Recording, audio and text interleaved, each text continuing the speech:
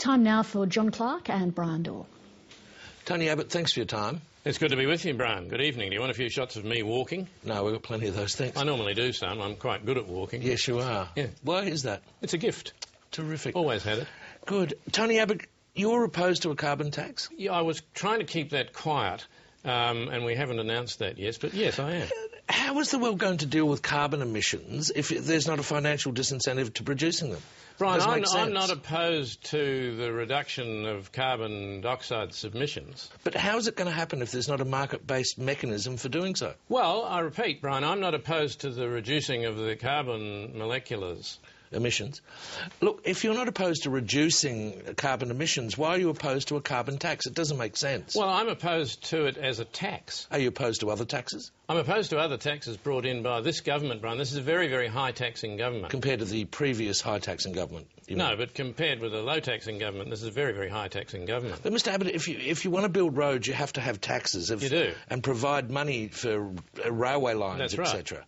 Exactly. That's right. So, and people understand that, and if they want roads and train lines, they are happy to pay for it. That's right, but that way they get a road or a train line, Brian. They're buying infrastructure. So your objection actually isn't to taxes? Brian, my objection is to a tax brought in by not only a very high-taxing government, there's another issue. This is a party that went to the last election we've heard that and one, said to the public, it said that they did say this, Brian. They said, we will not bring in a carbon tax. Sure. And Julia Gillard now ought to be man enough to get up and tell the public. She ought to be man enough, Brian. She ought to have the courage to get up and say to the public, look, I've changed my mind. I don't know what I'm doing. I'm hopelessly out of my depth. I'm now in bed with the Greens, and I'm going to bring in a great, big, huge new tax. How do you think she'd go saying that? In an election? Yeah. I think we'd beat her. So do you think she'll do it? Brian, my problem is that what she's got is one product in the shop window, but she's selling something else out the back. So your objection to a carbon tax is not on the basis that it won't reduce carbon emissions. Is that right? What are they?